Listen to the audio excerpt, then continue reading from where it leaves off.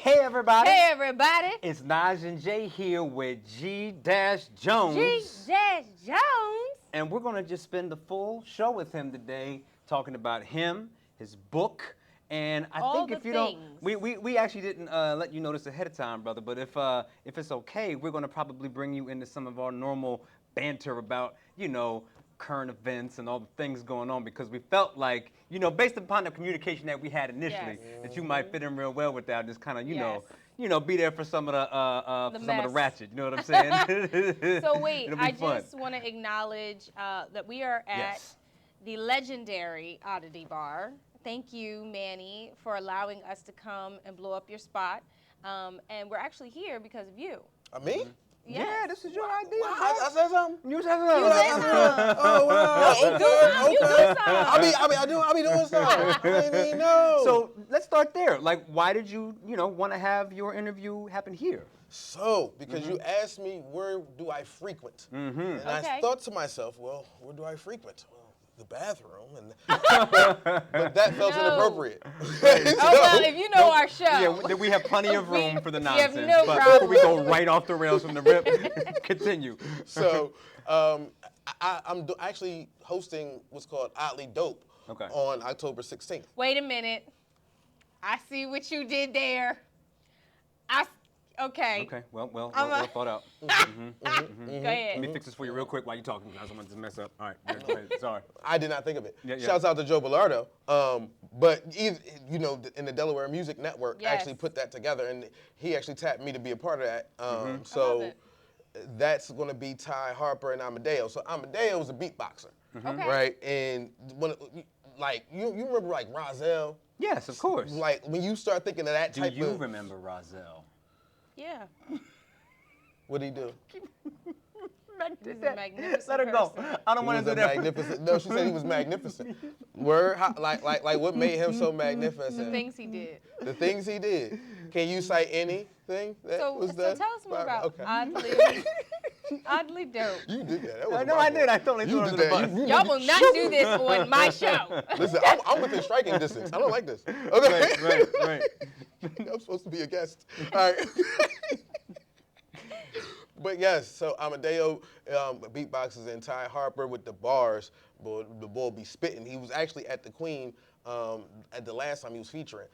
And he has this thing called the Rap Survival Kit, where it's like you can take it with you. It's like a portable studio, which is also just fire too. So either way, I'll be hosting that here October 16th. Okay. But the other reason is I also have thought to myself, said, where have I been the most recently? And I wound up have been here several times. There was a bringing bars back situation. That's coming back on October 14th. People spitting. Shouts out to Harvey Road and D Harv. So I just wound up being around, supporting different things and being a part of different things. So I was like, it's only fitting. Yeah. Okay.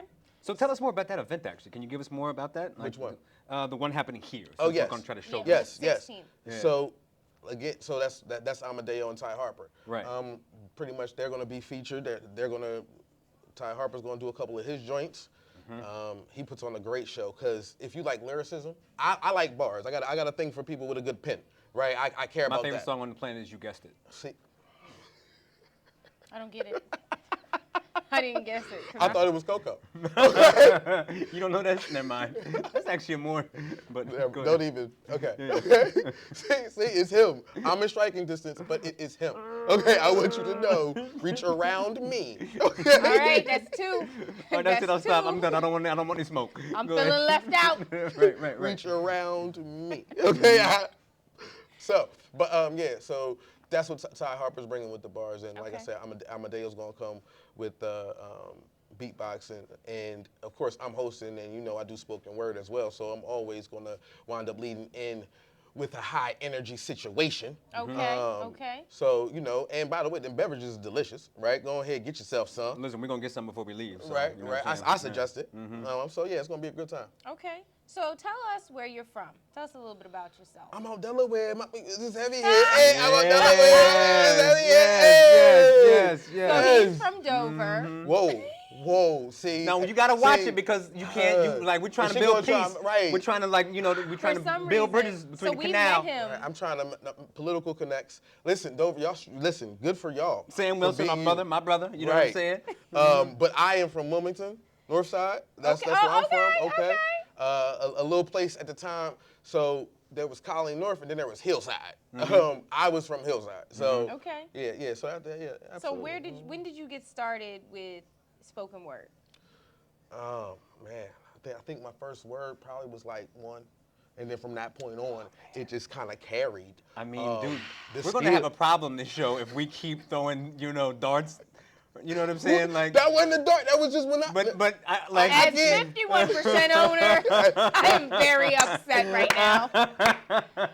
I'm very upset. You made it a dart. Don't label it next time. My bad. You know what? I got your back. Continue. All right, when you were 1. Yes.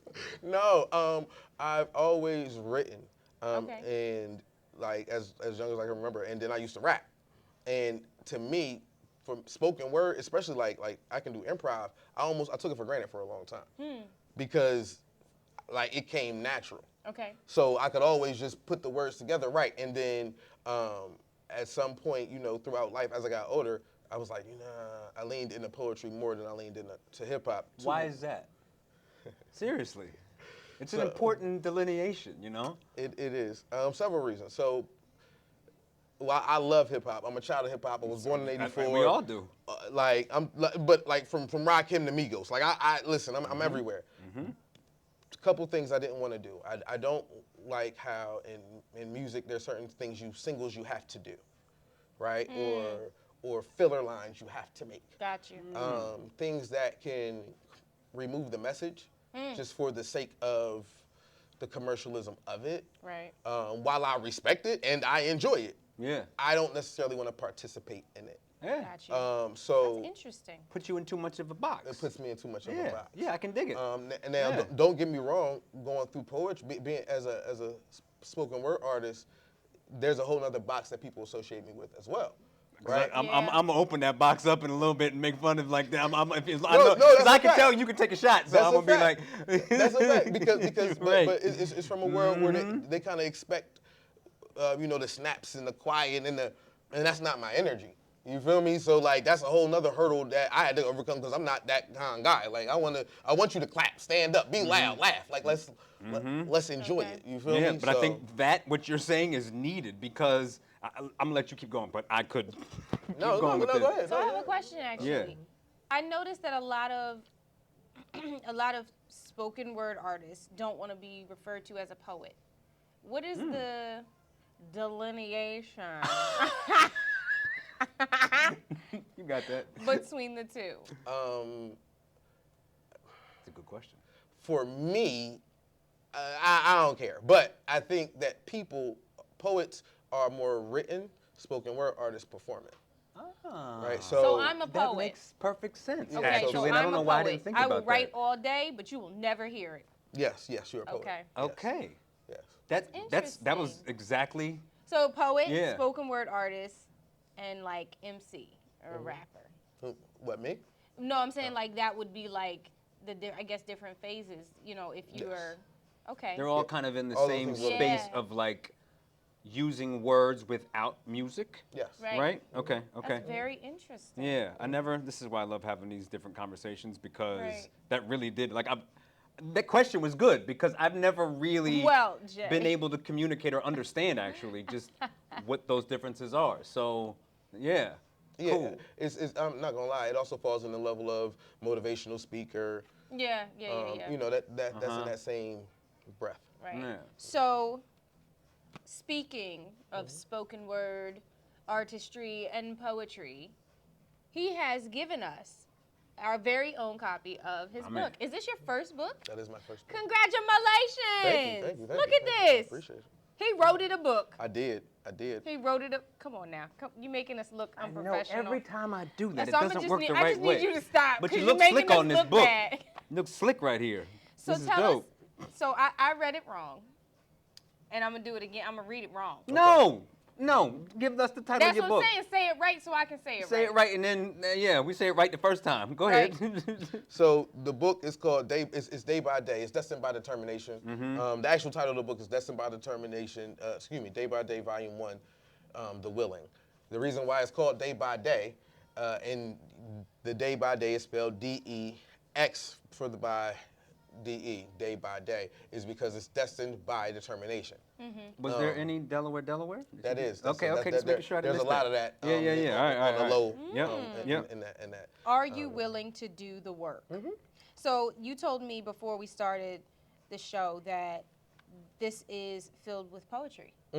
So tell us about it. What should people expect when they open the book and they start reading?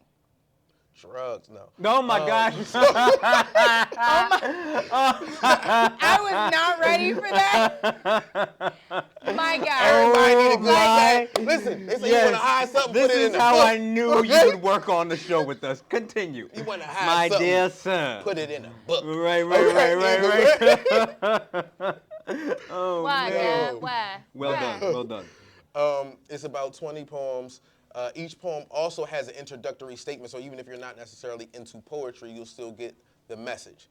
Okay. I speak on everything from fighting generational curses to the point of reference of love and where we get that from, to dealing with loss and things like that, and finding hope and what's natural to us versus what they say is normal. I cover a whole lot. In those spaces, and that was really just written from a perspective of, almost from a perspective of my younger self figuring it out. Even though I wrote it, a couple of years, maybe like a year ago, it was penned. But it came from a space of like, okay, what are some lessons that I wish I would have figured out earlier? What are some things that could just help people, right? Yeah. And that's why it's called Destined by Determination, because I personally believe that if you're determined, you can get there. Yeah. Right? Like, Absolutely. like that's the thing. People make stuff so much bigger in their head. They make it overwhelming. They create anxiety about things and it gets in the way. To your point, so over the past year, I've been slowly developing an ability to improv on the piano, which is, I've been playing for a while now, and I never had that space or that ability. And I've, to your point, been discovering as I'm getting reasonable at it that the reason I couldn't do it is because I just didn't keep my head in that space of being like, I'm just gonna keep slamming my head into the wall until something happens. Just that pure determination. So to your point, you're spot on from my experience. You know what I'm saying? No, I think when you travel in a space, things start to come together. The problem is the fear that, like, you're traveling on the path without the actual path in front of you, right? So you're imagining and thinking in a vision that you have that, okay, I got to take these steps to get there. Well, when you don't have the firm footing, you're afraid to take that step. Especially if you're doing something that hasn't been done before. Yes. Right? 100%. Right. Right? But the only way to do it is to take the step. And yes, you will take a misstep, and that's fine. What you don't realize is because of the steps you've taken ahead, your misstep is a misstep, not a step backwards. Right? It's a side step typically. Right? We tend to make it seem like, oh, it's a step back. Nah, you can't give back that knowledge that you gained from none of this. So no, it's not a step back. You figured a whole bunch out throughout this whole process. So we're not going to give it away, right? What it is it's a side step that's now it might stall you a little bit till you refocus and figure it out. But that's kind of how it all comes together. It's similar to, in my brain, people, right? If when you think about when you start moving in your purpose, you attract your tribe. For sure. Very so true. And you won't know it. You'll just be like, man, why ain't no, how am I gonna get help to get there? Start moving in your purpose. Yeah. The people will come with you, right? You know what I'm saying? And the customers might not come. You gotta find them. But the people who can help you, seriously, because I don't want to get No. The way you That's said two that, different you things. gotta find them. you gotta find That's your hunting customers. season, right? The people who gonna pay you, you gotta gather. But your tribe will come to you. You know. So what was it like going through the writing process? And like, what was the moment where you were like, it's about to be a book? And real quick, was all of this written very recently, or some of these like from old childhood, like or any Some of them are a little older. Got you. Some of them are a little older. Sorry. Yeah. So, all right. Trying to parse down the answer because Parse down the answer. You know what I'm saying? the answer. Yeah. I can say yeah. I mean, You have a 5. You have a 5. So she should know words like parse. Big word limit on this show. She from Newcastle. She don't know parse. You been to You Newcastle parsley, recently? right? Like you eating that? You been to Never Newcastle mind. recently, Garnish? bro? None of that shit. Yeah. All right, fine. Yeah. Okay. I want everybody to know I'm being bullied. I'm being bullied. I thought. Listen. I haven't had a drink yet. I was trying to speak your language. If, All right. if she'd had a shot of tequila, parse. All right. Answer the damn question. So My aggressive. God. What did I do? Thought I was a guest here. Okay. Wait. I don't feel like I'm. Go ahead and parse your part. So essentially, I wanted to get into doing speaking engagements in general, right? I had gotten laid off, right? So y'all about to get a different. All right. No, give us the whole. Yeah. I know that's what I'm like. All right, it is what it is. So at the time, right, but I was still getting checks. So I was like, all right, what am I gonna do while I'm still looking for a job? And found myself like, all right, in order to get into speaking engagements, one of the things that can help add credibility is to have a book. Okay. Right. Got you. So this was just me trying to get in, doing research. Now I had already been into poetry. I've been performing spoken word for probably a couple of years lately, and now I was like, okay, let me figure out what I can compile.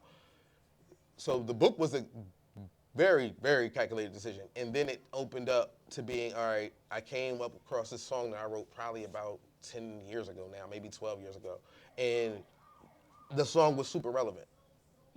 So what I did was I said, well, I'm gonna break this down, and now that first verse of that song, I broke it down into that book. So that book is, that's why it's volume 1. It's volume 1 of 3. Okay. Wow. Okay. So you already have the other 2 written? No, I Okay. had the concepts for the other 2. Got you. How long did it take you to write the book? Now again, just like for the next ones, there are going to be some that are pulled from previous spaces. It probably took me, I'll say, 4 or 5 months, maybe. Okay. Yeah. So what did you tell your family, your friends? Like, what was the general consensus, and how did it make you feel? What that I was writing? That I was writing a book. So I'm the type of person who typically I don't feel ahead.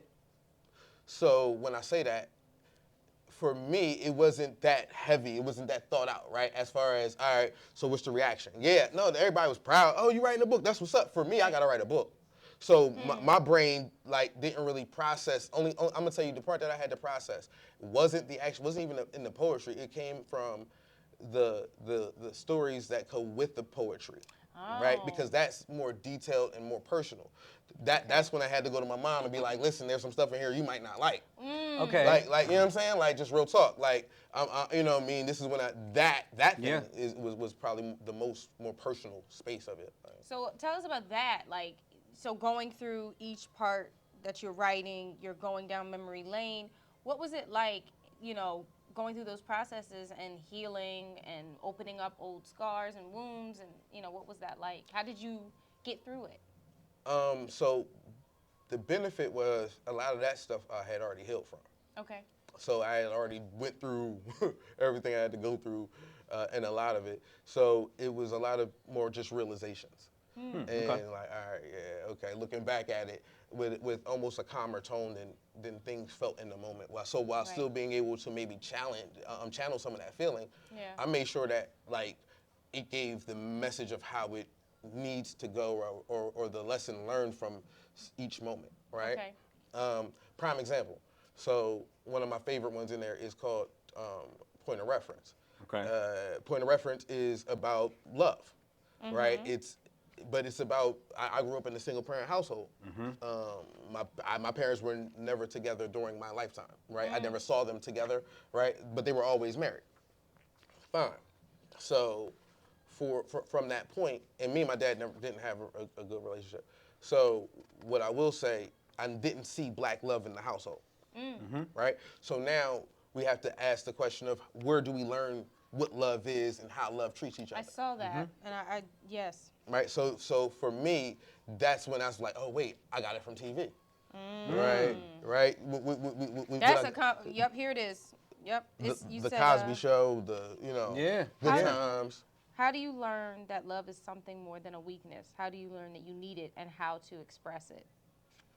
So are these, just within that one right there, are those all questions that you asked yourself directly when you were just starting to come up with the idea, or are these just free-flowing ideas that are just coming at the right from the top, and you're just putting in paper? You know what I mean? Like I'm curious about your process. I always am. Right. So the writing process came from me having the concept.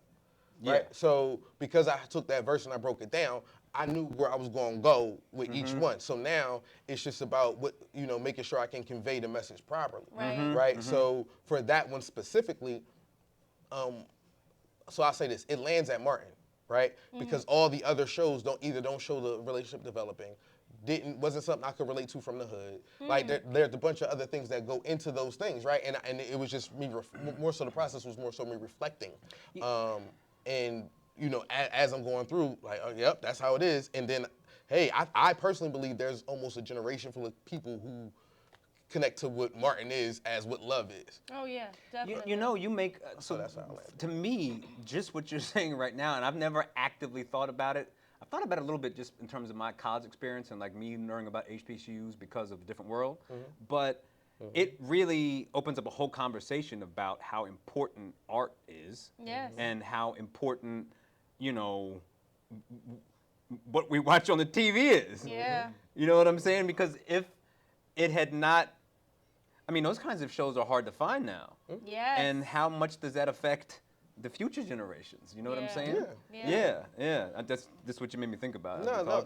It's how music and TV to a certain extent, music and shows, I should say, can be how people learn who aren't in certain circumstances, right? I'll zoom all the way out. In places where in places in this country where they aren't diverse, right? They're learning about other cultures based upon what they see on TV. Yeah. Right. So now their assumption is this is what that culture is like, but it's not their fault that they feel that way. It's just all that they have to connect to. Yeah, like I'm like okay, you'll see on Facebook sometimes like people in Iceland will imitate Americans, and they're just like gun-toting, violent, like, you know what I'm saying? And that's their whole perception, and that's based off of a lot what they see on. And I'm actively thinking about these points, and it's really interesting actually what you're saying. If you don't have anybody, if nobody exists in a space from the culture, how can they have an accurate idea of what that culture is? Right. All they're getting is that segmented space that was given to them, and that's that's a representation for everyone. And it happens to us, to the black community, all the time. Right, for years. That's why they think we're a monolith. Right. So, and these are that's just how that happens to where. So do you think that you really challenged your own authenticity with each concept? Authenticity, no. I think I challenged how. So I forget what I was watching, and this goes but I was watching something, and it was like, okay, it probably was Skip Bayless randomly, but he had wrote something. But the theory is, if you want to write, how far do you want to how deep do you want to cut yourself? Yes. Right? Like you that's the thing. Yeah. So it's that's the heavy part. Like, all right, how deep you want to go? Cause that's what I'm curious, because you're talking about like, your point of reference, and you said, raising a one-parent household, and then you write about it, and it makes me think like, were you going back and forth with yourself, like, do I want to give them everything, or do I want to give them the paraphrased version? So I think when I started off with poetry, that felt like the paraphrased version, right? And then when I realized I was writing like introductory, and the reason how I got to that, I would happen to be on Clubhouse back when like Clubhouse was like being the thing, and there was like a poetry room. And don't get me wrong, I still go in there and drop some poetry from time to time. But it was a poetry room with writers, and he was dropping gems. And one of the things that he's kind of talked about was, hey, if you're writing a book of poetry, you need something to get to people that don't do poetry. Yeah. Like if they don't like poetry, why would they still want to read your book? Right? So okay, cool. that means each one has to have its own little space. And now when I started writing that, one of my friends at the time was my homie Nate, shouts out, he was like, I was like, all right, I'm thinking about just keeping it light and going ahead. He was like, well, if you're going to write it, you better go in. He got a hype like that. He was like, all right. I guess I got to do what I got to do. Because if you're going to reach people, you gotta really reach. Right. And I'm a person who doesn't believe that my story is super unique. What makes it unique is the fact that I told it. And that you can communicate it. Right. Bars. Right. Yeah. Bars right there. I'm just trying to. I need the cameraman to zoom in and like be really quiet for a second. Imaginary cameraman. Right. I need you to look at the camera and say, that's mine, and I'm going to stand by it. That's what I want you to do. I'm going to stick beside her. Say it, Jay. Say, I'm going to stick beside her. All right. So something that stuck out to me, and it's interesting, I always think the universe is sending me signs and symbols, and I talk to myself all the time in my head. I think as artists, we have to do that, right? And I literally said to myself the other day that I have tons of scars, and scars don't heal. Scars are what's after the healing. And literally one of the first things I opened up to was, time don't stop scars. And the first line says, they say time heals all wounds, but it don't stop scars. Yeah. Can you just elaborate on that for us? That is literally arrogantly my favorite quote. Listen, my grandma. I have a favorite song that I wrote. It's okay. That's your favorite quote. You know what I mean? Right. Yeah. Listen, this statement right here, they say time heals all wounds, but it don't stop scars. How long is that poem? That one? This one? I'm gonna put you on the spot if you don't mind a little bit, but I would love for you to recite one of the poems because I want people to get a feel for specifically what you do, and we already talked about it a little bit, but your cadence and approach to poetry and spoken word is unique, and I think that it's needed. So would you mind? Would you give us the honor of performing? Yeah, we're gonna shut our mouths and let you do your thing. All right. They say time heals all wounds, but it don't stop scars. Just because you can't see blood, don't mean the pain is gone. Just because I cleaned up well, don't mean I'm internally healed. Some wounds closed, scabbed, and sealed, but it will never heal. It never leaves. I feel it vividly in my memory, and I eternally grieve. It's so hard to stop generational wounds from scarring me. It's hereditary, personally and systemic for society. When situations scratched my soul, scraped my spirit, snatched my style, and stole my innocence, these scars sing to the tune of jailhouse tattoos, or more like hot branding irons if you let it label you. Either way, it don't just go away. I just act like it don't affect me. You can hear the struggle if you close enough as I convey, with a cadence set to the rhythm of the murmur in my cold purple heart. I hope this helps me heal. I can't just chill and be glad that I didn't bleed out. Hurt people, and I got kids. I can't have them spending life gathered around as I pass the pain out with the same knife that was used to cut my light out. Generational wounds leaving family scars disguised as heirlooms. See, if you've been traumatized, when you survive, the scars keep the pain alive. Because any given glance, you will relive the pain every time. Time heals all wounds, only if you have time. Yeah, thanks, man. Wow. How did you, could you give us a little bit of insight into your process of sort of developing your own authenticity? You know what I mean? We talked about that a little bit. Like, did you just kind of, like, I'm sure you're influenced by certain people. That's a bar right there. developing your authenticity. That's it. I trained him up well. Let's talk about did. the process of developing I your found him in the authenticity. gutter, cleaned him up. It's not true. But I can't use parse. She found you in the gutter, cleaned you up, why but I I have can't to be use in the parse. gutter? I want to know why I can't use parse if she found you and cleaned you There up. is a 5 big word limit on my show. I was face down in the gutter looking at the word parse. He just and asked, then I looked up, and there was this little lady from Newcastle trying to sell me some meth. You know what, Jay? Yo, edit. Look, okay. I quit. I quit. Shouts out to Newcastle. Route 9 got the. I'm glad I ain't got no family out there. Y'all gonna I'm stop. petty for no reason. Y'all Let me gonna not be petty stop. for no Y'all reason. gonna stop. Walmart got the finest. All right. They went way off track so quickly. I don't even know where you were going. We just had a sincere poem, like we had a great question, Now I'm scarred. and now I'm wounded and scarred.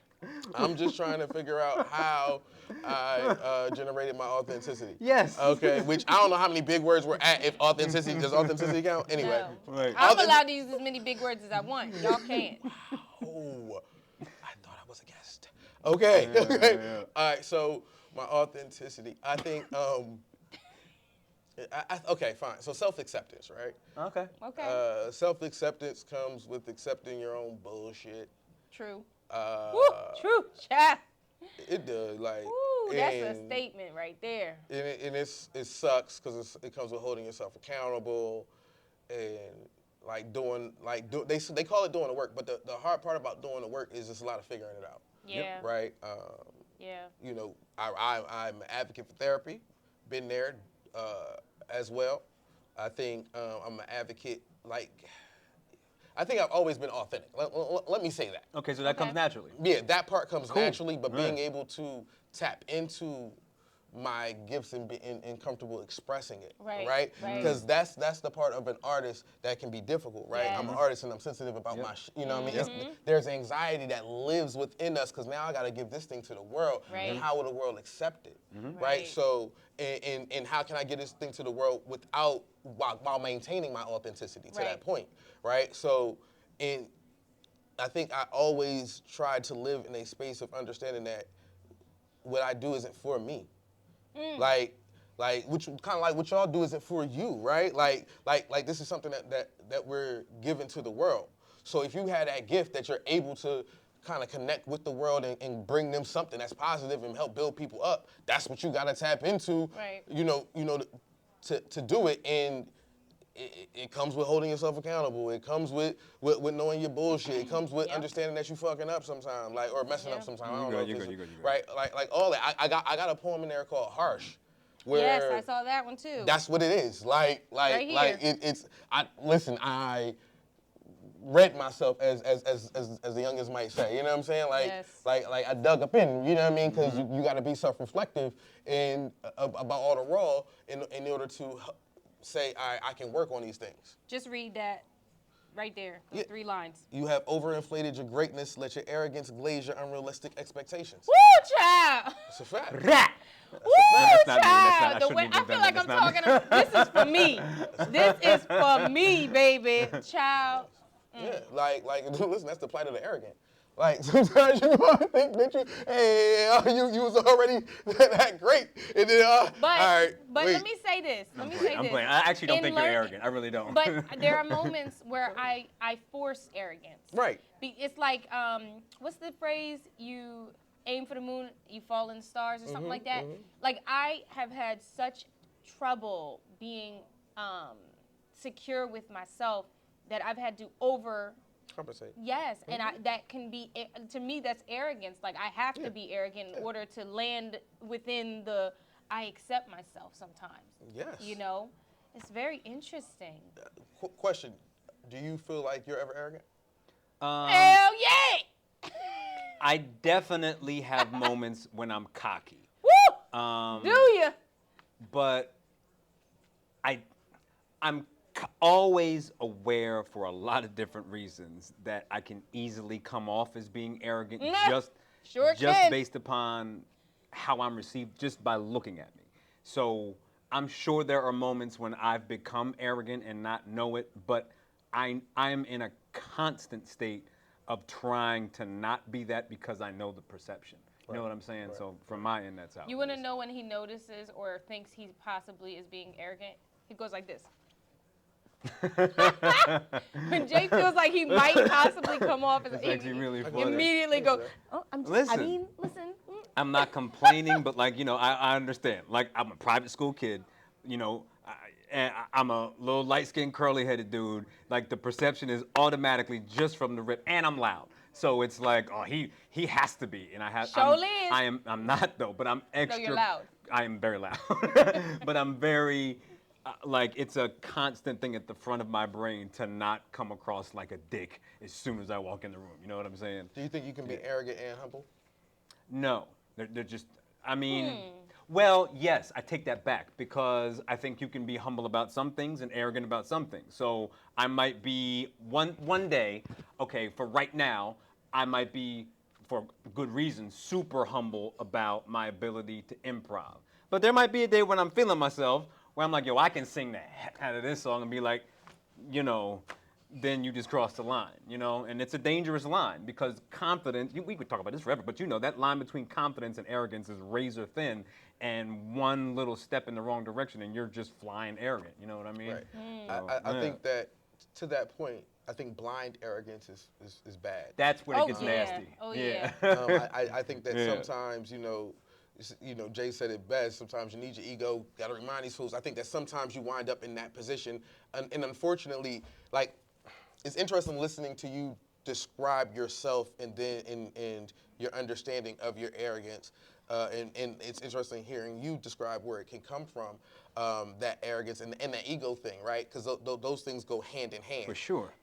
For me, I think there's a level of it that always came from a place of, oh, wait, I hit a stride where it's like, I ain't even supposed to be here. I grew up in the hood. You know what I'm saying? So when you start to elevate to a certain extent, you're like, wow. You know what I'm saying? So it's a mixture between some of that and that when you feel like you're not supposed to be here, you then now are overcompensating because you're ducking that treatment of I'm not supposed to be here, right? On the other hand, so by trade, I'm a trainer, right? Like I do customer service training and things like that. I also, you know, I do workshops and things like that. Okay. So that's got to be an interesting skill set to bring to the stage. Yes. It definitely intertwines. But so for me, I've learned that so while my personality can be big and my arrogance can be loud at times, right? It's understanding when to gauge it. Right, because different people need to hear different messages in different ways. Yes. Right, so sometimes for people to receive that message, they need to hear it come from that little arrogant step in order for them to receive that. And then other people, I might need to dial it all the way down and be almost docile because otherwise you won't hear me talking to you and it's going to overpower you. The only problem comes into play if when the docile person hears you talking to the person who needs it this way, and now they assume that that's how you give it. And that becomes their problem. You know what I mean? Yeah. You know what I mean? Maybe depends on what your goal is, but it depends on what your goal is and what you need them to accomplish for you. But that's a whole other thing. Yeah. So what do you want people to gain from reading your book? What are your hopes for people reading it? And I'm not supposed to say drugs again? Okay. Listen, right, I done sniffed it. Ain't nothing. You can say drogas? Nothing's in here. Ain't nothing in here. She already sniffed it. All right, don't blame me.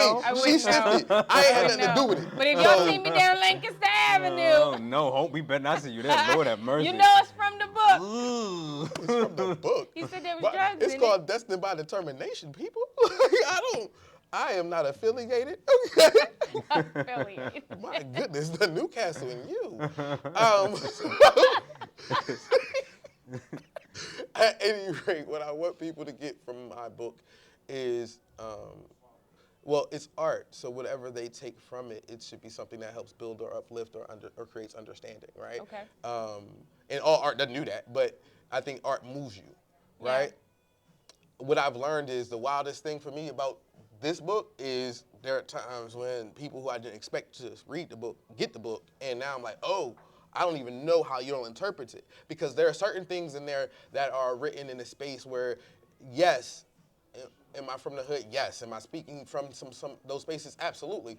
But if you're reading it, you might not, it's read human, right? Like human is human, right? So generational curses are a human thing. Right. Right? So, and it's written that way. So, you know, when those moments connect, that's when it's like, when somebody's like, yo, that hit me from this way and that way, you know what I'm saying? I didn't even realize I had to feel this way or something like that. That's when it's like, wow, you know, or I needed this. Her Hope is one of them ones that people have came to me and it's like, yo, this really uplifted me. I needed this. And it's like, oh, wow, you know what I'm saying? Like, it's that. So, you know, what do I want people to get from it? Whatever they can take from it. Bars. You know what I'm saying? Write that one down. Yeah. I might tweet that one later. I'd like to ask you just some basic questions about your opinions on Delaware specifically. Okay. You know, just kind of what's your take on, I guess more specifically for you, like the current spoken word, poetry, maybe even hip hop scene, and then just the art scene in general. Like, are we a healthy scene? And like, kind of where would you like to see us go? You know what I mean? Is that too much of a question? It's a lot. Too much of a question. Yeah. I mean, even a piece of that is fine, you know. No, size doesn't matter. We're good. That's not what she said. That's not what she said. Did you ask her all those questions though? Okay. You didn't give her that much question. You gotta give her that much question and to see how she. Never mind. Okay. To be clear, before we answer that question, my favorite thing about you at this moment is that, like, this is my personality. I can go from stone serious to wildly inappropriate, like in that. So thank you for being able to, you know, move in that space with me. Continue, please. You keep saying something that's gonna get me hit. If I get hit on this show, she's gonna hit me with my own book too. I can see it. I'm gonna get hit with my own book, and that's what's gonna feel. You know. I didn't think I'd be scarred by my own book. I was trying to take it day by day. I was just taking it day by day. It's already hard dealing with Jay, and now I got you. Like, right. You got G. help me. Okay, the Delaware scene. So, all right. Now, I'm glad you said that. So I'm actually hosting at the Queen tomorrow. So tomorrow Shout out to night, the Queen. I'm co-hosting. Now, hold on. What day? Because we're gonna air this tomorrow. Wednesday. So it'll be today. So yep. All right. Cool. At the Queen, co-hosting with Miss Heather Maxine. I'm always gonna say her name wrong. Either way, I'm sorry because she's gonna see it and she's gonna cuss me out. You about to get hit twice. Yes, I like am. tonight. I am. But listen, and she's such a phenomenal human being. Oh man, I feel bad for you. It's Not okay. that phenomenal. Wow, don't do that. Okay, all right. That was your gift. You was waiting for one of those moments. Oh, you was waiting all show for that one. Okay, that was, all right, that's fine. I can duck well. Okay, and I got quick feet. There we go. If you can duck well, you got quick feet. I'm good. So, but yeah, so it's the open mic jam session again with the. Oh, it's an open mic? Yeah, the open mic jam session at the Queen. They do it. It's the first. Joe Bilardo. Oh, Joe Bilardo. Okay, Yes. Shout out It to is Joe. the beginning of the month. Oh my God. Yep. Wow. So yeah, Have you been to any of them yet? Okay. Yeah, absolutely. So that's Joe. Sorry. We apologize. We love you. Like, We love she's got all close of y'all. connections to the family. I love all of the you know. So we apologize. It's just. We love you, Joe. always We really do. something. Continue. Sorry. Yes. so. Yo, see now. You're not My gonna throw the host under the table. No. Listen, I'm hosting the event. What you want from me? I'm hosting it. You want me to be like, hey, I yo. think I've had enough. I've had enough of the shenanigans. Right. So you'll be hosting. Your rhymes is trash, son. I wrote that in harsh. I wrote that in harsh. Don't worry. Right, all right, my bad. I said that to This is myself. probably there the you go. most off-topic interview we've ever done. But we're in our- still on topic. It's wonderful. Yes. Yeah. So yes, I'm hosting open mic jam session, co-hosting at the Queen. Okay. Wednesday, doors open at 6. Is it free? $5 to get in. $5. $5. Yep. So to that point, being there and seeing some of the talent, like I think Delaware's flooded with talent. Yep. Oh yeah. Yep. Right. I think that's one of the things that is so weird about how Delaware is perceived because it is a small state. However, the city is a very East Coast city, so it's people on top of people, right? Yeah. That's just how the Wilmington is from the rip, right? So it's a lot of people. But whenever you get a lot of people like that, you're going to get that talent, right? Fix you again. Sorry. Yep. Go ahead. Yep, and you get people who getting it out the mud, and people who got different stories to tell, and just from all different. Look, both of y'all are artists, y'all get it. So, the Delaware music scene is that, right? The art is there. Now, it's also very unintentionally segregated. Right, and it's not. I shouldn't say segregated because it's not even that way. You're But right. It's divided in several ways. And the weirdest thing is, and I forget who I was speaking to about this, but it's a place where it might have been Joe, but it's a place where everybody feels like they know everybody, but there's a whole other camp making moves that you don't know and you didn't connect with, right? So you're really just traveling in within your circle, and you're assuming that your circle is everybody because it's a small state. Incorrect. Right? And I think that's one of those things. I think that for me, I guess I've been blessed to kind of move within different circles, right? So in the Delaware, music network, that's where me and Joe can kind of help bring things in. There's a bunch of people in part of it, it's not just us, but can help bring things in from different areas. Me hosting Weedstock and being a stage manager, well, that's a line in for certain talent that I might be able to, ask, talk to the booking people about what we can do. Right. Just hosting those shows, Oddly Dope, right? All types of things just moving around. I've hosted a couple block parties, right? There's different events and venues. And again, all those things were separate, independent spaces. Right. And these are all different avenues for us to be able to build and grow. Shouts out to the Color Collective, right? Yes. Right, because they do big things in Wilmington, moving things around. Shouts out to the Hidden Collective, because they doing big things in Wilmington and moving around, right? It's just all sorts of, it's just a lot of movement, and it's just trying to find the ways to get people together and get things together so that it can move in one accord. If that's what it's supposed to do, because people are people. So absolutely. That part. Cool. Where do you think? Do you have like an ideal vision for how you'd like to see our city? 'Cause I think everyone agrees that there's a tremendous amount of talent. My opinion is that that talent hasn't met its potential in terms of exposure to like the bigger world. And I don't know if you share that, but I'm curious to know, if you think about that at all. I do. All right. So here's how life works. All right. So yes, I do believe that our talent hasn't reached its potential. Okay. I think there are a lot of factors to why. Okay. I think that, shouts out to the people at Northside for Life. There's a lot of trying to build up the hood that comes with that, right? Sure. There's a lot of fighting the stigma of, if you go into Wilmington, certain things is going to happen, right? Like we joke with you about Newcastle, but really that's how people treat Wilmington, like that part. So now how do I get to the talent, right? So that part is there. I think, as we start to come up and as the talent starts to get recognized, it'd be great to be able to have things like that at Constitution Yards, right? And be able to have, people of color, having events at something like that. Right.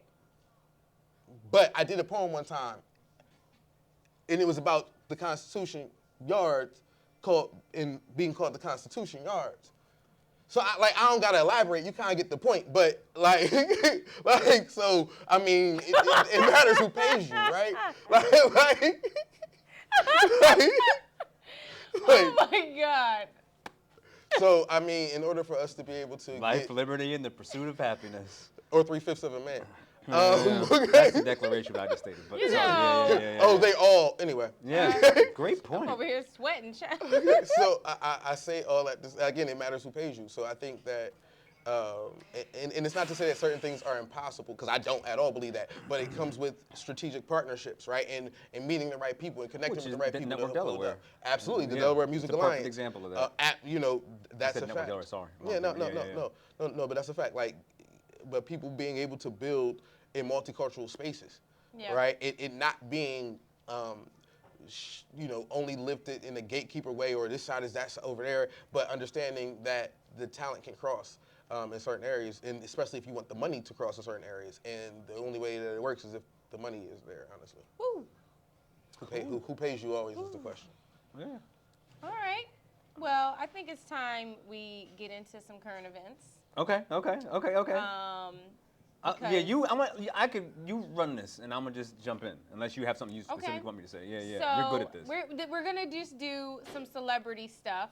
Are you a celebrity follower? Do you stay in the know? Are you a Shade Room follower? I catch things here and there. Okay. So let's see. You know who Lori Harvey is? Oh yeah, I do. And dang it, I know I'm gonna say this wrong. The dude who was the black. Michael B. Jordan? No, the black person in Star Wars. What's his name? Billy D. Williams. Oh no. What? No, What no, did you no, just no. He's say? British. He's British. Billy Wars. Williams was in the original Star Wars. Right? Yes, No, the new guy. he's in the new one. Okay.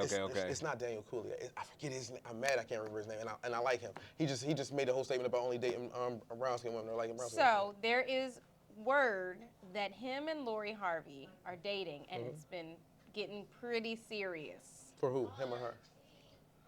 I mean, because serious isn't relative. Like, I don't know. No, So definitely they is said. Right, So right. it was Definitely said relevant. that they met at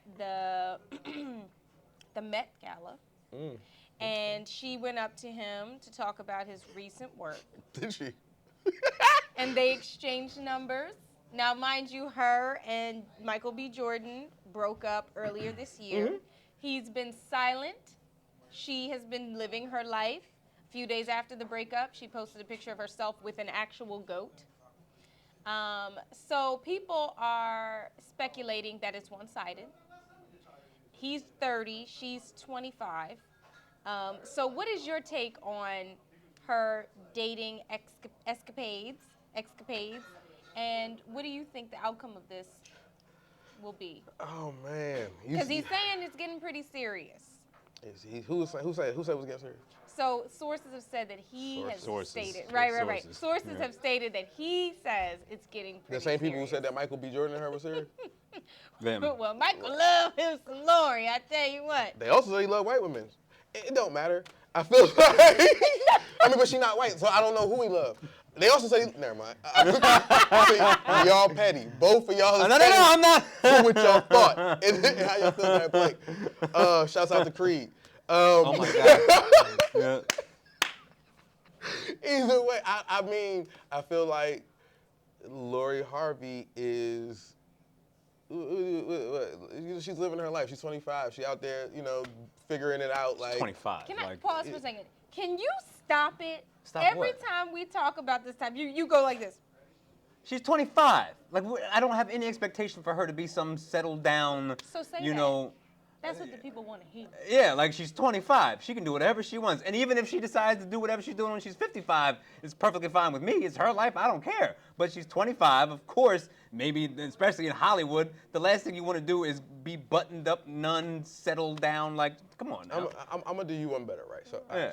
so Lori Harvey. First time I knew who she was from Meek Mill's singing about her in a song. Okay. Going Bad actually with Drake. Either way, and I was like, okay. And then she was like rumored with like Trey. And either way, as she moved around, right? She called herself the GOAT because she got desirable. Can I say? Right? Yeah. She got desirable dick. That's what she was going afterwards. I asked if I could say it. I didn't know. I thought you was gonna say. We already said. I thought you was gonna say yeah. niggas. I know. Okay, I mean, cool. That's either That's way. fine, I don't know. yeah.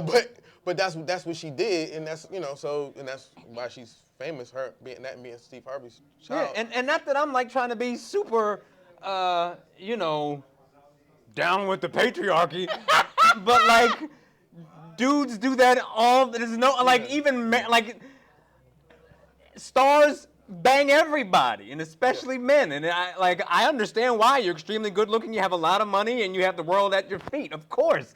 So, yep, she's doing that too. And she's invited to exclusive parties with exclusive people. What do you and want? this is her circle. Yeah. Right? Okay. As though you wouldn't if you were in her shoes. Like, like that's, I would be married. yeah, exactly. Children. Yeah, I'd be at the nunnery every day and giving the rosary and. I ain't looking say at- I'd be a nun. I mean, but you see, like that's what do you want her to do? Like, Okay. Kanye Yes. was recently photographed with a Candace Owens Yes. in T-shirts that read. And we have a gift for you, actually. Now that you're perfect timing, we have a brand new. No. No, you don't. Oh, you want it? I'm good. The shirt. I got a weed stock shirt on. Bang. Right. The shirt stated "White Lives Matter." It did. It said that. And it's wildly redundant because we already know. So, what are your thoughts on this? My thoughts on Ye. Ye being Ye. What are your thoughts on Ye in general in the recent headlines? Over the past year. Yeah. So, Ye is a. Is it Ye or is it Ye? It's Ye. Like Kanye. Ye. Okay. So he is while a musical genius, a creative genius. He's also a troll, right? And he also uses his life as a publicity space. How I notice it typically just comes from what is he promoting at the time, right? And he's really, really good at. You don't even know. You might not know what he's promoting, but at times it'll get you to pay attention to him. He's at his fashion week, right? So, odd part about this moment to me, not odd. The Ye part of this moment to me is, so he just finishes him and Gap and him and Adidas both parted ways, right? So now he's a free agent figuring it out. So if you're a free agent now figuring it out, and now you still have your line out there to do this, but you still have to figure out how to expand it. Right? This was the sway argument of getting your own distribution of these things. Right. So now, cool. I just kind of pay attention to why are you playing with the smoke and mirrors? Oh, White Lives Matter. Cool, because you need that. You kind of want them checks, right? Like he plays in these cycles of getting this money, right? That's how he's moving for what he wants to accomplish, right? Shortly after he hugged Trump and said, "Oh, he's like a father to me." He was announced a billionaire. You see what I'm saying? Now, not for nothing, he also wound up having the whole church situation and the school situation, which tax writes off is crazy. And somebody like Trump can show you things like that. Not saying that that's how it works, but to me, that's how dots connect. Right? So again, if I pay attention to when Ye makes these moves, there's another layer of what you're actually promoting, and that the shirts would sell. It's what it is.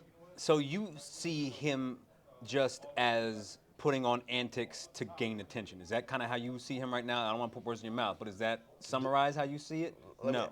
If the question is, do I believe he believes it? Okay. I do believe he believes in everything he says. Yeah? He's just emotional. Like Ye somebody who you could know, you just might not be cool with because you're a little too erratic. Right? Like. Oh, I know several people, but I could not. You see what I'm saying? Like, so you can take that person and you dump $1 billion on them. They gonna move across the street from their ex-wife. You feel me? Like they gonna do it because they can. Do you think that? And I mean this I don't mean this in any kind of. I mean this in an almost just strictly clinical way. Okay. Do you think that he is psychologically unsound? Sometimes. Okay. I mean, I think that's hard for me. I think. Okay. Is he Yes. I think that he has moments of, flying off the rails. We've seen it, right? He's talked about it, right? He's talked but about even some people will dismiss that as a publicity stunt. When to me, it's obvious he's in crisis.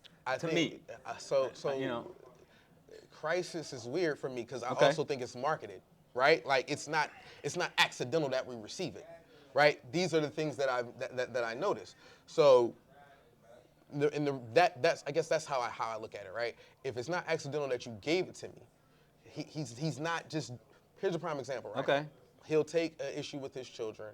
That is really an issue with his children, in my opinion, right? Okay. It's between him, the mother of his kids, and that. Sure. And he will make it a black men go through this. Right. And it's not to say that there aren't levels of what he's saying. Again, he don't be all the way wrong. He's pulling from a layer of truth. Right. So it's not to say that there's not a layer of this, but bro, what you're dealing with, okay, it's not what Lil Ray got to deal with his baby mom, and it's just not that. But that's how but you're playing off of this because you can, and it's going to garner the attention or the effect that you want, especially when, wait for it, oh, wifey got a show. Oh, wait for it. Oh, yeah, not Hulu, not da-da-da. But you had to sign a waiver to be on the show. You be on there. Okay? So again, am I to believe this, or is this what you're putting in front of me? Don't you think that I still fundamentally go back to my opinion, and I don't know that man at all, never even been close to him, that he's like, bottom line, since he lost his mom, he's lost his mind. And he's been functioning from that space as well as he can, because this is one of the questions I have. And, we're all we don't know the guy, okay? Fine. But the reason we're talking about him is because at the end of the day, I still have a love for him. And I love his first few albums, and he has a significant space. I love his last album. Donda was fire. All of those things. We also know people in similar... Yeah, so this isn't just gossiping for the sake of gossiping. There is a place where I'll do that, but not with specifically him, because I actually want to see him get his life together. I really mean that. And I say that to say, I see him in crisis, and what I see is crisis. And for me, it's like everything that he's been, like all the things that he's been doing now, like why do you have to gain attention that way? Considering your abilities. Like, if you're totally stepping outside of his life, if you are a really masterful singer, or just singer-songwriter like Stevie Wonder never had to put on antics. He never had to put on antics. Like, Quincy Jones never had to put on antics. He just put out great work. You know what I'm saying? There's no need for stunts. Like, why does he have to stunt? And if it's stunts, why do you have to do stunts that your mama would never co-sign? Donda would never say, well, this would be a good stunt. Do you know that, put on I don't know that. But based upon her, based upon her PhDs and black studies and all that kind of stuff, I find it to be unlikely. And especially if you see the complete change in his behavior at the point of her passing. It's my opinion. But, yeah. Okay, so I think that did the passing of his mom, do I believe it affected him? Absolutely. I think that's just natural. Do I think that he went through several things at this point that and then pile that all on top, Yes, but unfortunately, I kind of think that that's just a part of life. Like as you live through it, right? Like people go through different tragedies and triumphs, right? Like I can't count that and then act like he ain't become a billionaire in that same time frame. I can't count that and act like he ain't opened up a Donda school in that same time frame. I can't count like there's a lot of positive spaces that he's, for himself at least, has navigated to.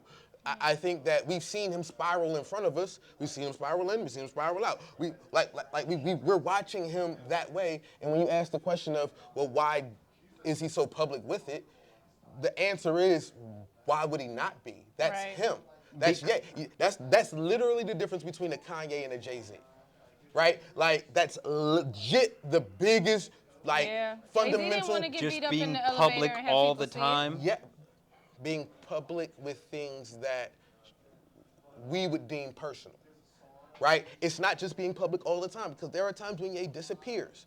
But I think someone pulled. I don't know. But I think there's at least some conversation about like factually that like Chappelle was like, yo, come up to Ohio. Yeah.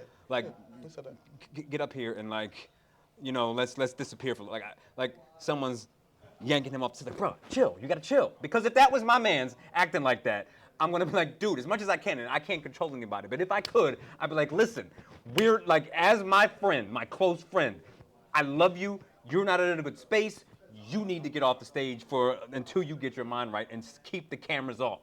Like, listen, I have a simple answer for all of this. The Kardashian curse. I was about to say that. Nah. Everyone goes, a lot of people go through divorce and breakups and but not from a Kardashian. That's a different thing.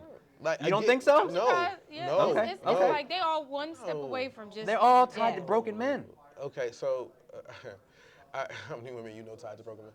Anyway, I feel like maybe these people are just humans, and this is just the shit that they fucked I up with. appreciate your perspective. I do appreciate your perspective. I can't make him. All right, so. To me, what we got out of Ye from in those first 3 albums, which they were magnificent, classics, right? They're classics. As a snob of music who generally is like especially with stuff that's closer to my generation, those 3 albums are 3 pieces of work that I enjoy as much as anything at all. Period. So, Yeah. But when I look at like the documentary, right, he was walking into people's offices just randomly rapping. Yeah. Because he felt like, so what, hear me. Right. Like there's a level in him that's always just that. Yeah. Okay, We I just can gave appreciate him this that. much money, and I can now appreciate that. it might matter who pointed him in the direction of this money. I can Right. appreciate that. When you say, Right. all right, if you got peoples, all right, well, I remember when, him and Jay fell out.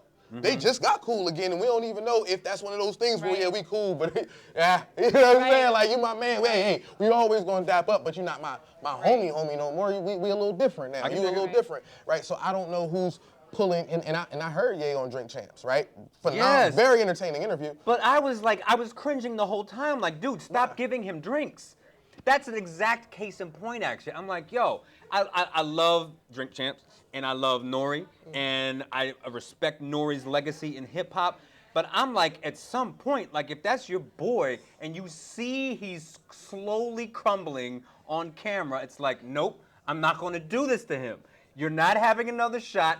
Camera off. I don't need these views. You gotta remember, you're. I a lot understand. more I'm not noble. trying to act like I'm just so super moral, but like, yo, All right. like It's if I not was about with me. Nadj and we're out in public and we're doing our show and she's getting trashed, like, rah, I'm like, nope, off. We're not doing this.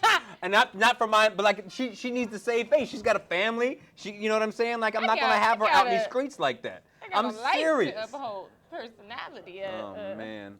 And that's why you wouldn't do it. I feel like Kanye, Yeah. who doesn't have a life, you know what I'm saying? Yeah. Doesn't have a personality to uphold. Right. I'm sorry. I'm talking about Ye though. Can I talk about Ye? I feel like I think you're saying that under the premise that the things that he said on that show he didn't want to say. Say it again. That the things he said on that episode he didn't want to say. I believe he was perfectly fine with everything he said. Yeah. I agree with that. So I don't. So if that's what you wanted to say, then that's not the drunk talking. That's No. you being you, Ye. Like that's Ye. The shots he took at Talib, he wanted to take. The shots he took at Big Sean, he wanted to take. Like this is he wanted to drive these conversations that way on purpose. I do understand what you're saying. So when I get somebody like Kanye on my show, and again, him being him, otherwise you just don't invite him on the show, right? And like if you get, and again, I think it was a great interview because I know who Ye is gonna be. I gotta let him be him. Man. Gotta let him be him. Why would I stop him? That's what he wants to convey. Like that's the point of having the platform to give it to him. I understand your point. Let him say what he wants. I understand what you're saying.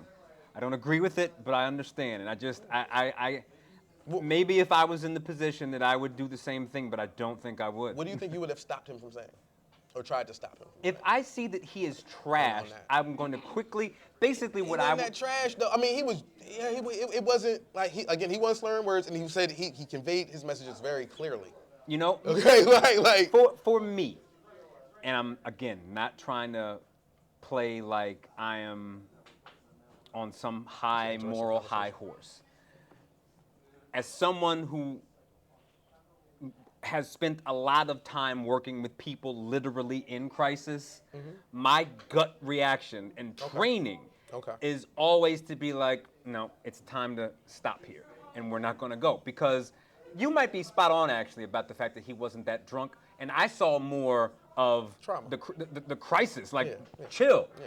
And part of that's his personality, but for me, like, if I had someone who I assume is close to me, a friend, like, I'm not gonna name somebody, but like, you know, who I see like slowly just like, what did you just say about Talib? Okay, I'm gonna end the interview as quickly as possible. Like, all right, everyone have a great day. Love you, Drink Champs. Like, whoa, all right, let's come back when you're not right now, bro. Like, let's get it right. But maybe I'm just full of shit. I don't know. Well, No, I don't think so. I think we should end this on a positive note. Okay. I'm tired of talking about Kanye. But I think he's actually worth talking about, but yes. We did Yeah. for 40 minutes. Yeah. All right, That's funny. let's hit you with some this or that. Okay. We haven't done that in a while. Okay. All right, so here's the rules. You got to pick this or that. Okay. You can't hesitate. Okay. That's it. Oh, and you can't say no. Like, you can't just be like, nah, neither. You got to pick one of All right, the It's other. almost like Drink Champs. Yeah, But this there's no drinks. I should probably get a bottle these right might now. be horrible All right, options. are Yeah. you ready?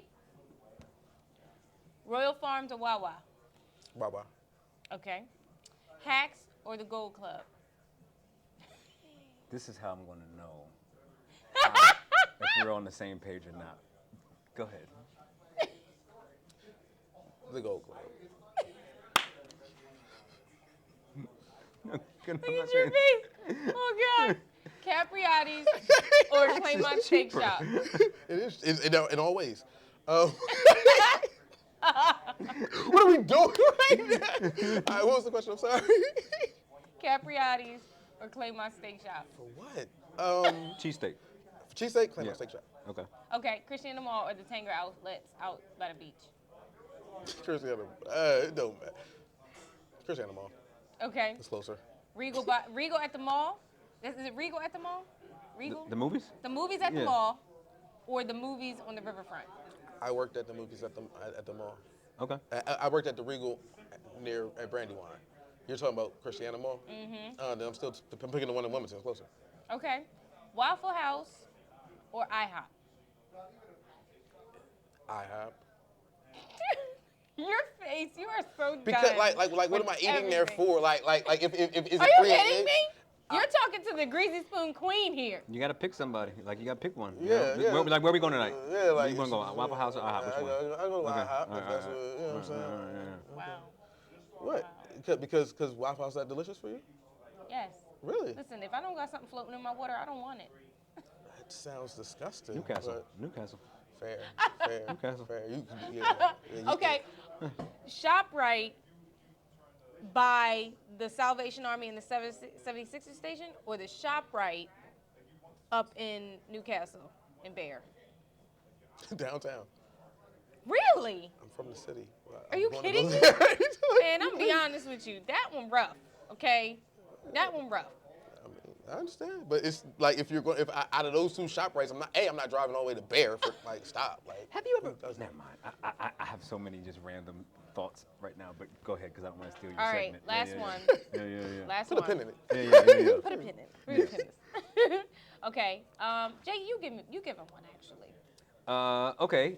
Walmart off of 141 back there, or the Walmart off of Route 40.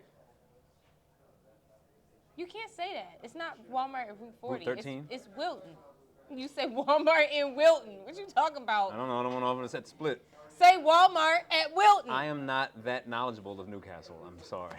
I literally I'm don't know telling what you, Wilton is. I am getting so Literally. irritated. I literally. Which one? Wilton. Exactly. Okay. All right. All right. So there you have it. G. Jones. How the can we writer, follow all of your things? How do we poet get the book? All those. Extraordinaire. How do we, support you? Tell us all No, the things. spoken word artist. Sorry, and poet. I mean, you're both. He's both. All of them. All of them. I love him. I'm G Jones on all social media at G Jones. My website is dexde.net, daybyday.net. That's dexde.net. And again, I'm hosting Oddly Dope. Yep. October 16th. Here at the Oddity Bar. And Wednesday, the October 5th, at the Delaware Music Network at the Queen. Absolutely. And by the way, Delaware Music Network, we also got Maya Bellardo's hosting Saraya Nicole at the Wilmington Library. Yes. So that's a thing as well. I'm also taking music submissions because we're working on something with Richard Blackwell. Oh. So to get some music on there. So. Hey, Mr. Richard. Send me your music, G-Jones at dexde.net. That's G-Jones, spell out the dash. G-D-A-S-H Jones at dexde.net. Send me your music. We have our first audience member here on Nadj N Jea Live.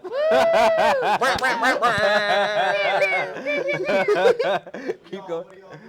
We're recording our podcast, but continue. Yes. Well, thank you guys for watching. We love you. Real quick, y'all want to give me a word? I can give y'all a poem. Oh, you can do one impromptu? Let's But- do it. That's what I do. A bet. Oh, hold on. What'd you say? But. No. Give him a word. But. Were you serious? Okay. There it is. You want another one? No. All right.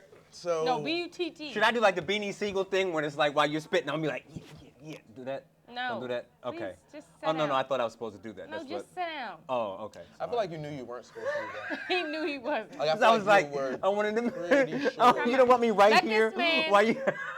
Now we're gonna leave him You're here. more self-aware. Now listen, let him do his Wait. thing. Go off the stage and let him do his thing. No, I want y'all to be here. No. I want the energy. I like Yeah, y'all yeah, here yeah, with me. yeah. I like so if it's trash, y'all can give the faces. If it's trash. All right. It's funny. All right. So I'm thinking. Okay, I had to pause real quick. Excuse me if I had to interject. But don't you hate when you try to get off your thought, but you can't get a word in edgewise before they say, "Oh, wait, stop that before I forget." Fine. Right? That's when I start to thinking, because they talking to me, but I'm already replying in my mind. You ever have that happen so you really stop listening when they get like maybe 2 sentences in? Like you supposed to be caring about whatever they saying, but what am I cooking around 10? I'm hungry again. Fuck. All right, fine. Okay. Let me just rewind to how these things happen. Because you could be having a great conversation, somebody just hit the joke, everybody's laughing, and you're trying to figure out, hey, anybody know where my keys are? Okay, fine. You done broke up the entertainment, you done broke up the smiles because you thought that this moment was for you and now it's no longer theirs or worthwhile. Fine, I know I took something that was mild and I made it a whole thing, but sometimes my mind just, runs around and I tend to do that same thing. I know you probably want to figure out where is he going with this or what's going to be next, and you're probably like, oh, is he going to shut up? You have your own thoughts right now. You probably want to interject. But I can't let you do that just yet. See, I understand how I tend to take these verbal steps, and they're like, how does he not miss a step? I don't really have answers right now. That's not really what I came here for. I mean, y'all asked me a bunch of questions, and ain't none of them I did ignore, but what I will tell you is I am here, okay, with Jay and Nadj. Okay, did you want to cut me off? Fine, but not yet. Okay, all I'm thinking is I'm still going hard, okay? And obviously, when you get this, whether the time is close, you will feel like your spirit is near or far, like it can be any way you need it to be. See, it's just how this is meant to be, logically. Okay, fine, Jay. But no, not yet. I was gonna let him speak. Okay, but I had to be at my peak. At the Oddity, I'll be hosting Oddly, DOPE. All right, J Street. Not yet, but follow me. I'm still thinking that probably. I'm just trying to make sure that I can convey this possibly, and that's me being here live straight after we stop. I'm just G. So I'm saying that, and I know at last you're like, is he over? Because he's really being an ass. And I don't mean to be that, but I am who I am. See, fine. No more butts out of me. I'm done.